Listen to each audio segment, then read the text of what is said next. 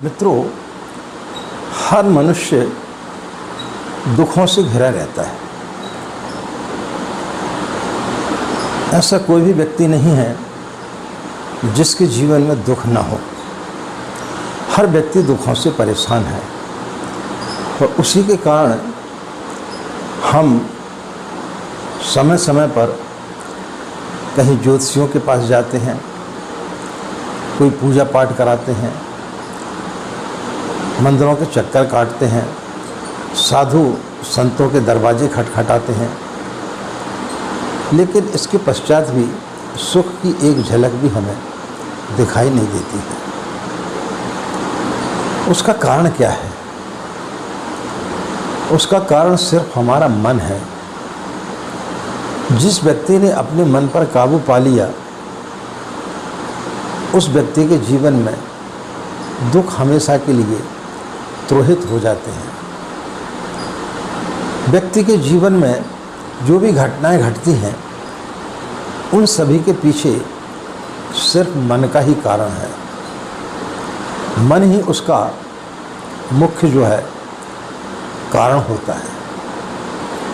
इस मन को कैसे स्थिर किया जाए, इस मन को कैसे त्रोहित किया जाए हमारे दिलो दिमाग से, ताकि हम अपने जीवन में सुख का अनुभव कर सकें, उन चीज़ों को प्राप्त कर सकें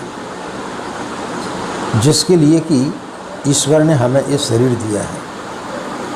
मनुष्य का शरीर कई योनियों के पश्चात में भटकते हुए उसे बहुत मुश्किल से प्राप्त होता है, लेकिन हम इसे अपने पेट और प्रजनन में लगा देते हैं और उस सुख से हम हमेशा के लिए वंचित रह जाते हैं।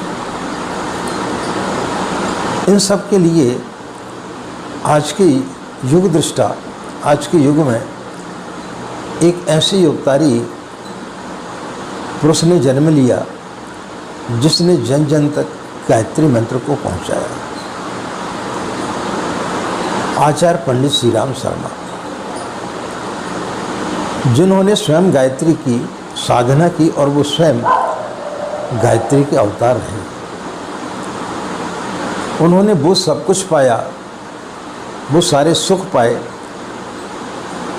उन सुखों को पाने के लिए एक क्षण के लिए भी आदमी अपनी जीवन भर की कमाई भी दांव पर लगा सकता है, लेकिन उन्हें वो सुख प्राप्त नहीं होते हैं। तो गायत्री मंत्र से व्यक्ति किस प्रकार से सुख प्राप्त करे? गायत्री मंत्र हमें फलित क्यों नहीं हो पाता है? गायत्री मंत्र से हम वो चीज़ें प्राप्त क्यों नहीं कर पाते हैं जो अन्य लोगों ने की? कुछ उसमें होता होगा जब तो पूज्य गुरुदेव ने उसको अपने जीवन में उतारा और अपने जीवन में अनेक लाभ उससे लिए। और भी कई लोग हैं जिन्होंने गायत्री मंत्र की साधना की और गायत्री मंत्र की साधना से उन्होंने अपने जीवन में अनेक लाभ प्राप्त हुए। हमने भी पूज्य गुरुदेव के माध्यम से 9 पुरुषचरण किए, लगभग 185 सवा लाख के अनुष्ठान किए और हमने अपने जीवन में गायत्री के अनेक चमत्कार देखे। तो आज हम आपको कुछ सूत्र बताने के लिए जा रहे हैं कि आप मन को कैसे स्थिर करें। मन क्यों आपके लिए अवरोधक बनता है उस ईश्वर के पास तक पहुंचने के लिए, उस सुख की अनुभूति को प्राप्त करने के लिए। राधे राधे, जय श्री कृष्णा, नमस्कार। मैं आचार्य पंडित गिरीश बारोलिया। गायत्री महामंत्र। ओम भूर्भुवः स्वः तत्सवितुर्वरेण्यं भर्गो देवस्य धीमहि धियो यो नः प्रचोदयात्। अखण्डमण्डलाकारं व्याप्तं येन चराचरं तत्पदं दर्शितं येन तस्मै श्रीगुरवे नमः, तस्मै श्रीगुरवे नमः। मित्रों, हम किसी भी मंत्र का जाप करते हैं, किसी भी देवी देवता की पूजन करते हैं, लेकिन हमें लाभ प्राप्त नहीं हो पाते हैं। कितने लोग गायत्री की साधना करते हैं फ़ोन आते हैं कि आचार्य जी हम 20 साल से साधना कर रहे हैं, कोई बोलता हम 40 साल से साधना कर रहे हैं, लेकिन जो लाभ उन्हें मिलने चाहिए उस लाभ से वो वंचित रह जाते हैं। उसका मुख्य कारण क्या है? तो एक प्रसंग के माध्यम से यदि हम अपनी बात को आपके लिए समझाने का प्रयत्न करेंगे तो निश्चित रूप से आप हमारी बात को बड़े जल्दी समझ सकेंगे जो हम आपको बताना चाह रहे हैं। एक व्यक्ति की मृत्यु हुई। जब वह ऊपर पहुंचा, परमात्मा के पास सभा लगी हुई थी, उसे उसके कर्म फलों का निर्णय सुनाया जाना था। भगवान उसे देख करके बड़े क्रुद्ध हुए। उससे पूछा कि तूने वो जो सब सारे काम किए हैं, उसने बोला कि मैंने अपने जीवन में ऐसा कोई भी काम नहीं है जो ना किया हो। ईश्वर ने बोला तूने धन कमाया, तूने लूटमार की, तूने सुंदर स्त्रियों का अपहरण किया, उनके साथ बलात्कार किया, तू नेता बना, तूने बहुत सारे छल कपट किए, बहुत सारा तूने रुपया पैसा खाया, लोगों से तूने बहुत झूठ बोला। उसने बोला वो मैंने सारे काम किए हैं, ऐसा कोई भी कार्य नहीं है जो मैंने ना किया हो। ईश्वर को बड़ा आश्चर्य भी हुआ कि वह व्यक्ति निसंकोच अपनी गलतियों को बताते हुए चला जा रहा है। तब ईश्वर ने उसे बोला कि मैं तुझे नरक में भेजना चाहता हूँ, तेरे पापों का प्रायश्चित यही है कि तू नरक में जा। तो उसने बोला कि आप मुझे नरक में नहीं भेज सकेंगे। बोले क्यों? क्योंकि मैं अपने जीवन में जीवन पर्यंत न रहा, मैं सारे बुरे काम ही करता रहा। सुख को प्राप्त करने के लिए मैंने कभी लूटमार की, कभी बहुत बड़ा पद पाया, बहुत बड़ा नेता बना, अभिनेता बना, बड़ा व्यापारी बना, लेकिन मैं अपने जीवन पर्यंत नरक में ही रहा, इसलिए आप मुझे नरक नहीं भेज पाएंगे। भगवान को बड़ा आश्चर्य हुआ तो उन्होंने बोला ठीक है, तुझे स्वर्ग तो भेजा जा सकता है, लेकिन तूने इस प्रकार के कोई कार्य नहीं किए कि तुझे स्वर्ग भेजा जाए। तो बोले आप मुझे स्वर्ग भेज भी नहीं सकेंगे, क्योंकि वहाँ जो शांति है, जो सुख है, जो आनंद है, मैंने अपने जीवन में कभी नहीं पाया। मेरे पास में बंगला था, एक से एक गाड़ियाँ थीं, नौकर थे, चाकर थे, पूरा वैभव था, पद था, प्रतिष्ठा थी, लेकिन मैं वो सुख प्राप्त नहीं कर सका जो आपके स्वर्ग में मिलता है। कहते हैं कि भगवान बड़ी दुविधा में पड़ गया और उस केस का जो है निपटारा नहीं हो सका। वह केस अभी तक पेंडिंग पड़ा हुआ है।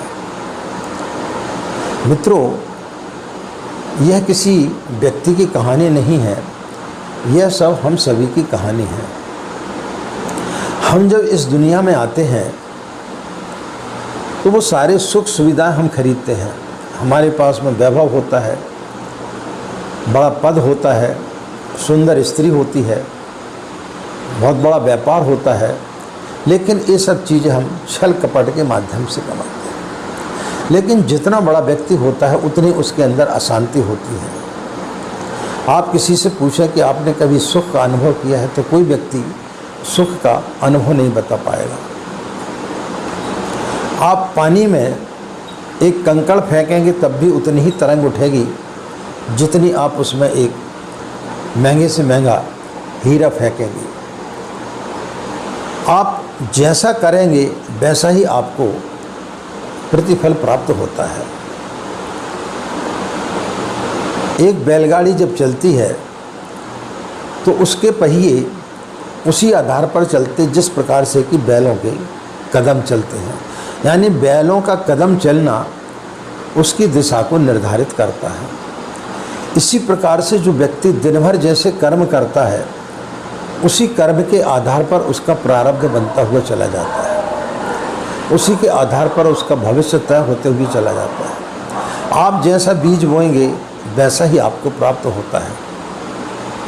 आप किसी को दुखी कर रहे हैं, वो आपकी बातों से दुखी हुआ या नहीं हुआ, लेकिन आप जरूर विषाक्त में भर जाते हैं, आप जरूर दुखी हो जाते हैं। जब हम किसी को गाली देते हैं, उसे फर्क पड़ा या नहीं पड़ा, लेकिन हम जरूर बेचैन हो उठते हैं। हम किसी के ऊपर क्रोध करते हैं, सामने वाले के ऊपर फर्क पड़ा कि नहीं पड़ा, लेकिन आपका पूरा दिन बेकार चला जाता है। तो जैसे बैलों के पैर चलते हैं वैसा ही पहिया घूमता है। जैसा आप कर्म करते हैं, जैसा आप सोचते हैं, वैसे ही आपका कर्म बनते हुए चला जाता है। तो व्यक्ति का जो मन है वो हमेशा इसी प्रकार की चीज़ें सोचते रहता है। उसके पास में गाड़ी नहीं है तो गाड़ी की कल्पना करता है।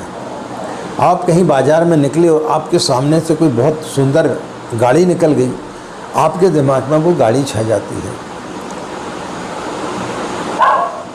लेकिन जो साधक होता है वो कैमरे की भांति होता है। जैसे कैमरे में आपने तस्वीर खींची, वो खाली हो जाता है, लेकिन आपके मन में जो छाप पड़ जाती है वो कैमरे के समान नहीं होती, वो छाप पड़ी रहती है। जब तक आपके पास में कार नहीं आ जाती तब तक आपका मन व्यथित हो जाता है, होता रहता है। लेकिन जैसे ही कार आती है आप किसी दूसरी चीज़ की कामना करने लगते हैं, क्योंकि आपके मन के अंदर जो है वासना की परत जम चुकी है, काम की परत जम चुकी है, क्रोध की परत जम चुकी है।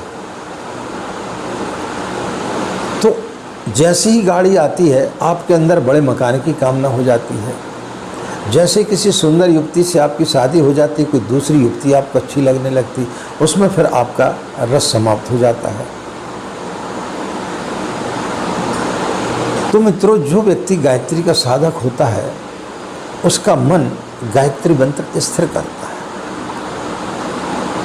उसका मन कैमरे के समान कर देता है। जिस प्रकार से कि कैमरा के समान समक्ष जो भी चित्र आता है, जो भी चीज़ आती है, वह उसकी तस्वीर खींचता है, लेकिन उसके पश्चात वो कोरा का कोरा रह जाता है। तो जिस दिन आप साधना करते हैं, जब आप साधना करते हैं और आपका मन कैमरे के समान कोरा जिस दिन होना चालू हो जाएगा, तो उस दिन आपको गायत्री मंत्र फलित होना चालू हो जाएगा।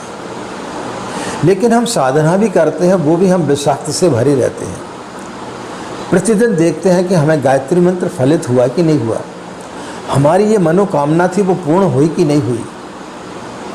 आपकी मनोकामना कब पूर्ण हो गई और कब आप दूसरी मनोकामना लेकर के बैठ गए, आपको पता भी नहीं चलता। आपने कार की कामना की, आपकी कार आ गई, लेकिन आपके अंदर कोई एक दूसरी वासना आकर के उत्पन्न हो गई और आपको लगता है कि हम साधना तो कर रहे हैं, लेकिन हमें मंत्र फलित नहीं हो रहा है। मंत्र तो फलित हो रहा है, चीज़ें आपको प्राप्त हो रही हैं, लेकिन आप इतने ज़्यादा दुखी हैं, इतने ज़्यादा आप दिन भर दुखी रहते हैं कि आप सुख का, आनंद का अनुभव ही नहीं कर पाते हैं। हर व्यक्ति दुख में ही जीना चाहता है। एक चीज़ प्राप्त होती है, दूसरी चीज़ की कामना करने लगता है, यानी फिर वो दुखी हो जाता है। लेकिन जिस दिन व्यक्ति के अंदर संतोष आ जाता है, फिर वो व्यक्ति कभी दुखी नहीं रहता है। जब आए संतोष धन, सब धन धूल समाए। तो जिस दिन व्यक्ति के अंदर संतोष रूपी बीज प्रकट हो जाता है, उस दिन उसका जो वृक्ष खिलता है, उसमें सुंदर पुष्प और सुंदर फूल लगते हैं, सुंदर फल लगते हैं। लेकिन हम साधना भी करते हैं, उस समय भी हम विषाक्त से भरे हुए रहते हैं, दुख से भरे हुए रहते हैं। तो जब आप दुख से भरी हुई स्थिति में साधना करते हैं, तो उसी प्रकार से, जिस प्रकार से कि बैल की चाल से उसका पहिया चलता है गाड़ी का, उसी प्रकार से आप जिस प्रकार साधना काल में अपने मन को चलाते हैं, वैसे ही आपका मन बनता हुआ चला जाता है। और फिर जो आप विषाक्त से पूरे दिन भर भरे रहते हैं, अगला दिन भी आपका उन्हीं दुखों से भरा हुआ रहता है। तो गायत्री मंत्र ही एक ऐसा मंत्र है जो आपको इन सब चीज़ों से बाहर निकालता है। तो गायत्री मंत्र की आप साधना करें तो निश्चित रूप से पाएंगे आप कि आपके अंदर धीरे धीरे जो है आपको संतोष आना प्रारंभ हो जाएगा। और जिस दिन आपको संतोष आना प्रारंभ हो जाएगा और जिस दिन आप उस सुख की अनुभूति करेंगे, तो जिस प्रकार से एक व्यक्ति दिन भर दुखों में जीना चाहता है, उसी का अनुभव करना चाहता है, और जिस क्षण आपको सुख का अनुभव हो गया उस दिन आप अपनी साधना में हमेशा सुख का ही अनुभव करते रहेंगे। भगवान महावीर के बारे में ऐसा प्रचलन है कि वो 40-40 दिन तक भोजन नहीं करते थे, वो कोई उपवास नहीं करते थे। वो ईश्वर की जो उन्होंने झलक देखी थी उसके आनंद में इतना खो जाते थे कि उन्हें पता भी नहीं चलता था कि 40 दिन निकल गए। तो जब आप साधना करते हैं और जिस दिन आपको उस मंत्र के माध्यम से माँ गायत्री का एहसास होने लगेगा, पूज्य गुरुदेव की कृपा आपके ऊपर बरसने लगेगी, उस दिन आपको जो सुख का अनुभव होगा, उस दिन जो आपके मन का ठहराव होगा, उस दिन आपको जो आनंद की अनुभूति होगी, तो फिर जब भी आप साधना करेंगे आप उसी सुख में डूबे रहेंगे और उसी सुख की कामना करते रहेंगे। तो जब दिन भर आप जिस सुख में डूबे हैं तो निश्चित रूप से आपके जीवन में खुशियाँ ही खुशियाँ रहेंगी। लेकिन हम अपने जीवन में कोई भी व्यक्ति सुख खोज ही नहीं पा रहा है। हम उसी व्यक्ति के समान हैं जिसके पास में सारी चीज़ें थी, धन था, दौलत था, नौकर थे, चाकर थे, सुंदर स्त्रियां थीं, लेकिन उसके पास में सुख नहीं था। तो सुख को प्राप्त करना है तो मन को एकाग्र करना पड़ेगा। सारा खेल मन का है, और जिस दिन व्यक्ति का मन एकाग्र हो गया, जिस दिन उसके मन में संतोष की भावना आ गई, उस दिन फिर सारी सृष्टि में उसे जो है हर चीज़ में सुंदरता दिखाई देने लगेगी। फिर उसे किसी प्रकार की कामना नहीं रहेगी, ना फिर वो किसी व्यक्ति को दुख दे सकेगा, न किसी के ऊपर क्रोध कर सकेगा, न कोई वो लोभ कर सकेगा। तो गायत्री मंत्र में इतनी बड़ी शक्ति है कि यदि आप उसे नियमित रूप से, भले आप 24 मंत्र का जाप करें, लेकिन आप पूर्ण श्रद्धा और निष्ठा के साथ यदि आप करेंगे तो हम आपके लिए दावे के साथ कह सकते हैं कि आपकी हर समस्या का समाधान होगा और आपका जो मन है वो एकाग्र होगा और आपके अंदर किसी प्रकार का कोई भी दुख नहीं रहेगा। तो मित्रों, इस सूत्र को अपने जीवन में धारण करें तो निश्चित रूप से आप पाएंगे कि गायत्री मंत्र ने आपको वो सब कुछ दे दिया जो आप चाहते थे। लेकिन अपने दृष्टिकोण को बदलें, अपने मन को एकाग्र करें, अपने मन के अंदर की जो ग्लानियाँ हैं, जो वासनाएं हैं, जो आपके अंदर दुख भरे हुए हैं, उनका कारण खोजें कि आप दुखी क्यों हैं। तो आप देखें कि आपका दुख का कारण क्या है। कोई भी व्यक्ति ना तो आपको दुखी करता है, ना आपको कोई व्यक्ति क्रोध करता है। आप स्वयं जो है दूसरों को दुख दे करके दुखी होना चाहते हैं, दूसरों के ऊपर क्रोध करके क्रोधी होना चाहते हैं। इन सब चीज़ों को जिस दिन आप भली भांति देखना प्रारंभ कर देंगे, उसके साक्षी बन जाएंगे, तो निश्चित रूप से आपको गायत्री मंत्र फलित होना प्रारंभ हो जाएगा। आशा है मित्रों, यह जानकारी आपके लिए निश्चित रूप से गायत्री साधना में लाभकारी सिद्ध होगी। गायत्री की साधना करें, माँ गायत्री की शरण में रहें, तो निश्चित रूप से आपके जीवन में किसी प्रकार की कोई भी समस्याएं नहीं रहेंगी। इन्हीं कामनाओं के साथ में कि आपका दिन मंगलमय हो, आप लोग खुश रहें, मस्त रहें। पूज्य गुरुदेव एवं माँ गायत्री की असीम कृपा इसी प्रकार आप लोगों पर बनी रहे। आज की बातें ही समाप्त करते हैं। आप सभी के अंदर बैठे परमात्मा को हमारा प्रणाम। हमें आज्ञा दें। नमस्कार। ओम शांति।